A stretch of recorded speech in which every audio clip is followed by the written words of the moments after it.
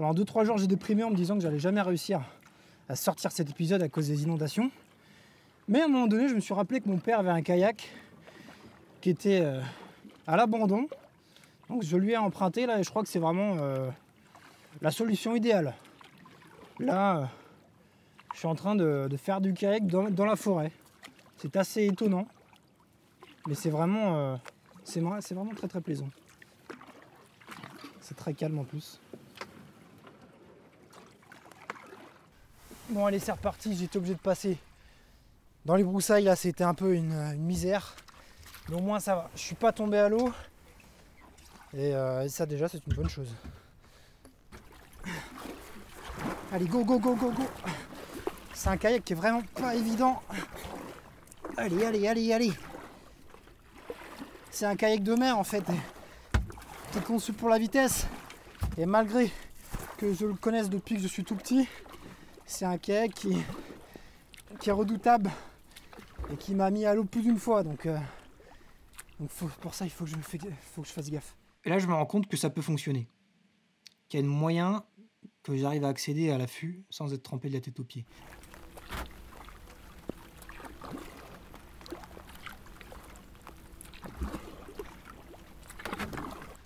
Il y a combien? Ah, il y a de l'eau, hein. Et vu qu'il commence à faire nuit, je décide de planquer le kayak dans la forêt et de continuer l'aventure le lendemain matin.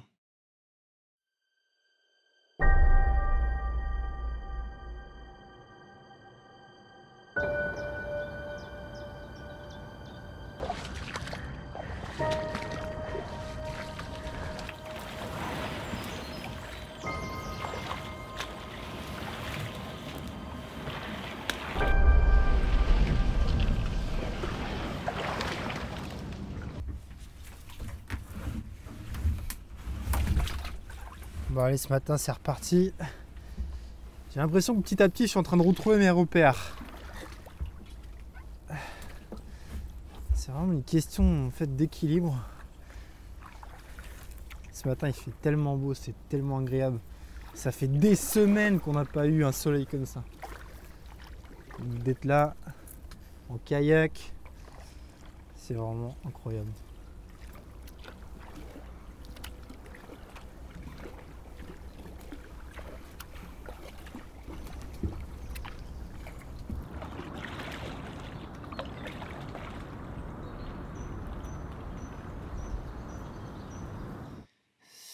Tout allait bien en fait quand j'étais dans le kayak, mais le problème c'est quand il fallait sortir du kayak. Quand on est sur des plages, on se cale contre la plage et donc on peut sortir du kayak. Mais là il y avait de l'eau partout. Donc ce que j'ai essayé de faire pour sortir du kayak, c'est de m'accrocher à un tronc, de coller le kayak contre un tronc en me disant que voilà, ça allait créer une sorte de stabilité.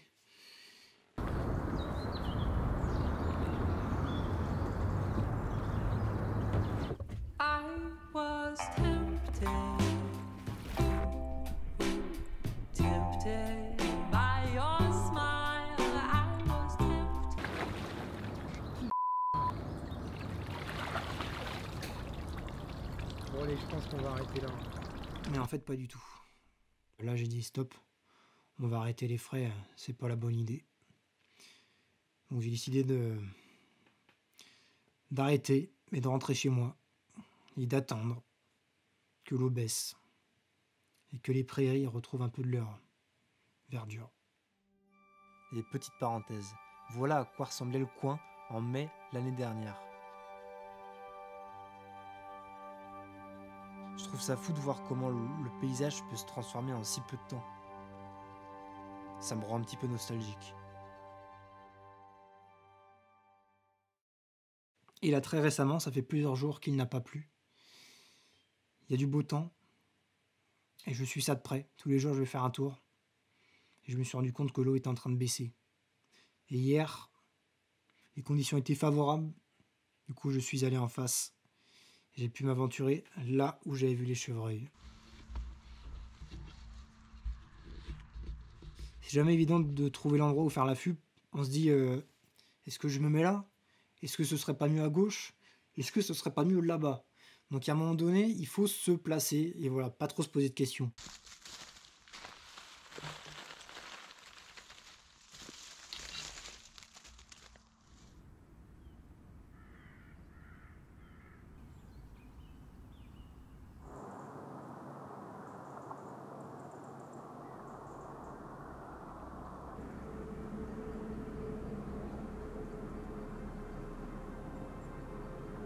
La nuit commence à tomber, mais je suis encore serein et d'un coup, en face de moi, je vois une masse qui avance.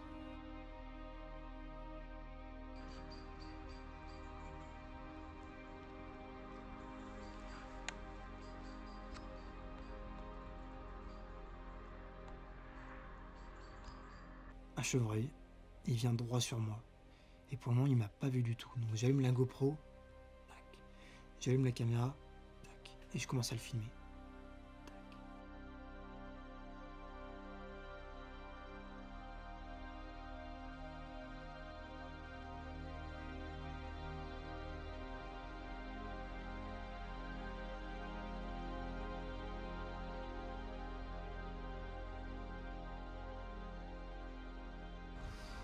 Il vient se caler sur ma droite, mais vraiment sur ma droite quoi. Donc je suis obligé de me mettre dans une position vraiment inconfortable. Et voilà, j'arrive quand même à le filmer.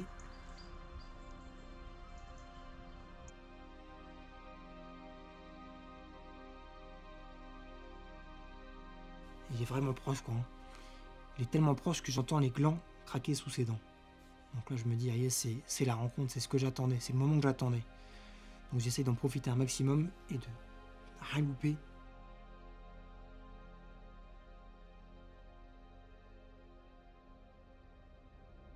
Et à un moment donné, vu que je suis dans une position vraiment inconfortable, j'essaye de replacer mon bras. Et là, le chevreuil montant.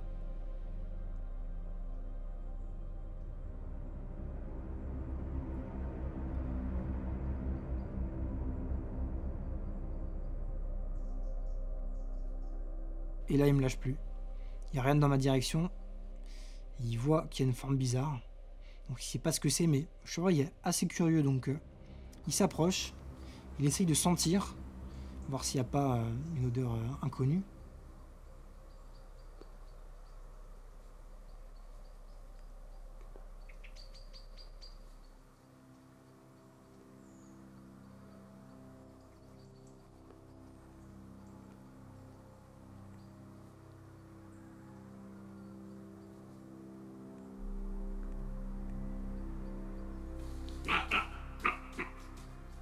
Et là, j'ai l'impression qu'il essaye de m'impressionner. Il fait une sorte de parade.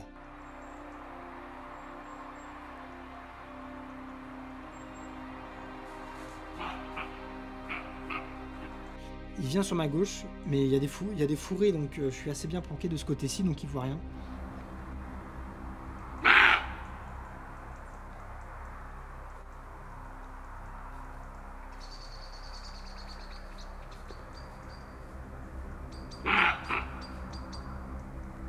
Donc il décide de revenir sur la droite, mais cette fois-ci encore plus à ma droite. Donc il sort du champ de vision de la caméra.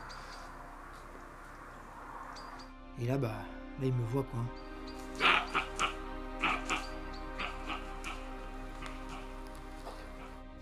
Il me voit, il se barre en courant.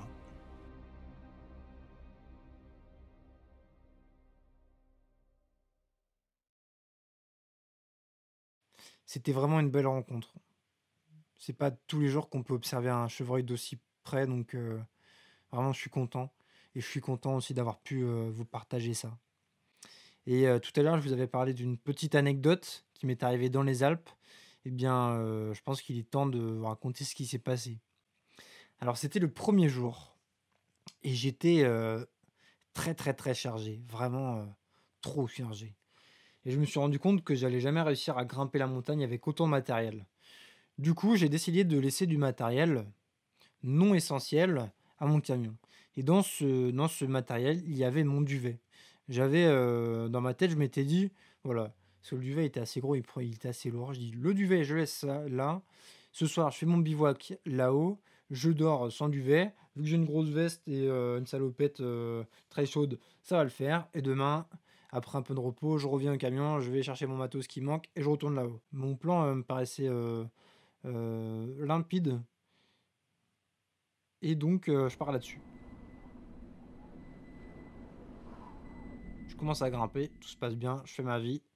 À la fin de la journée, je trouve un endroit juste avant la nuit, un endroit qui est vraiment très propice pour le bivouac. C'est un endroit qui est plat et il y a 2 sapins pour pouvoir mettre le hamac. Je vais installer le hamac avec une petite bâche, une tarpe à mettre par-dessus. Et puis à ce moment-là, ça sera déjà pas mal.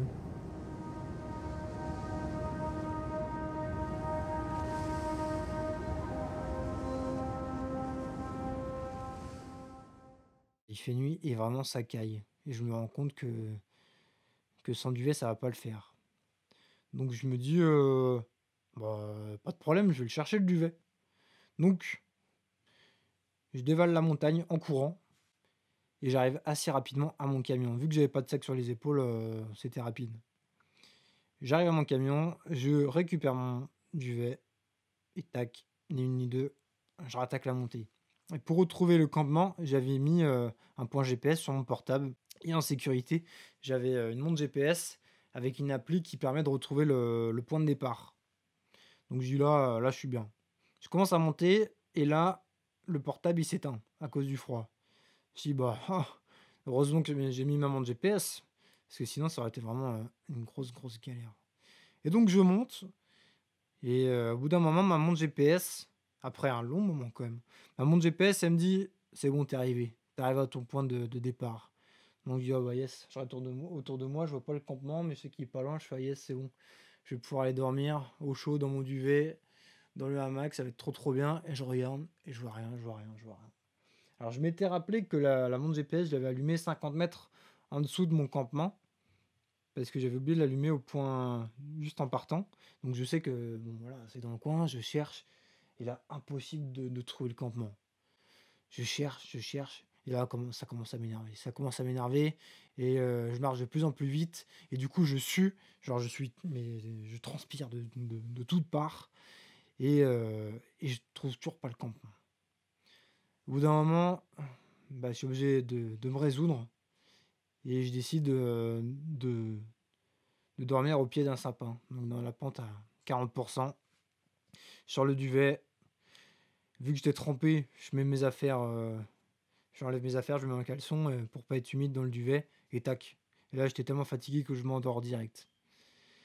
Et vers 1 heure du matin, je me réveille, gros lotant, et là, bah, je comprends que ça va pas se passer tout à fait comme je voulais. Donc je décide de remettre mes affaires trempées. Au final, elles étaient plus trempées, elles étaient gelées. Et quand je dis gelées, c'est-à-dire qu'elles étaient vraiment dures comme du bois, quoi. Donc bon, je tire un peu dessus, machin, pour enlever la glace. J'arrive à me remettre dans mes affaires et je me remets dans mon duvet. C'est un petit peu dur sur le coup, j'ai un petit peu froid, c'est humide, mais au final, bah, ça se réchauffe et ça fait un peu comme un sauna. Donc je me dis: «Bon voilà, ça déjà c'est pas mal». Donc j'ai plus trop froid, mais j'arrive plus à dormir. Heureusement, j'ai un livre avec moi, et donc je lis une partie de la nuit et j'attends que le temps passe, et le temps ne passe pas vite, mais il passe quand même. Et là, il se met à neiger. Et là, je fais: «Oh non, qu'est-ce que c'est qu'encore cette galère?» Et là, je commence à flipper parce qu'il neige de plus en plus, et je me dis: s'il neige et qu'il y a pas mal de neige à rester au sol, je vais jamais réussir à retrouver le campement, ça va être impossible. Dans une pente à 40% quand il neige, c'est pas possible. J'ai pas de raquette et tout, donc je prie pour qu'il arrête de neiger, et finalement, j'arrive à m'endormir, et quand je me réveille, il est 8 heures du matin, donc je ne suis pas mort. Je regarde autour de moi, je me lève. Là, déjà mon duvet, bah, il est dur comme du bois lui aussi. Donc franchement, il a plutôt bien fait son taf. Donc je me lève et je regarde autour de moi. Comme ça, comme ça. Et là, qu'est-ce que je vois, même pas 50 mètres?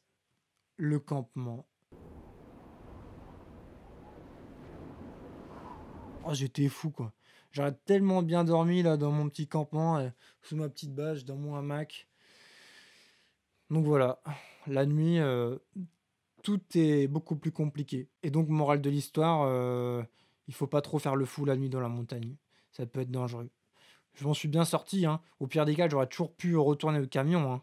Donc je serais pas mort de froid. Mais la flemme de retourner au camion pour ensuite remonter. C'est surtout le fait qu'il ait neigé qui m'a fait flipper. Là, vraiment, j'ai cru que ça allait mal finir.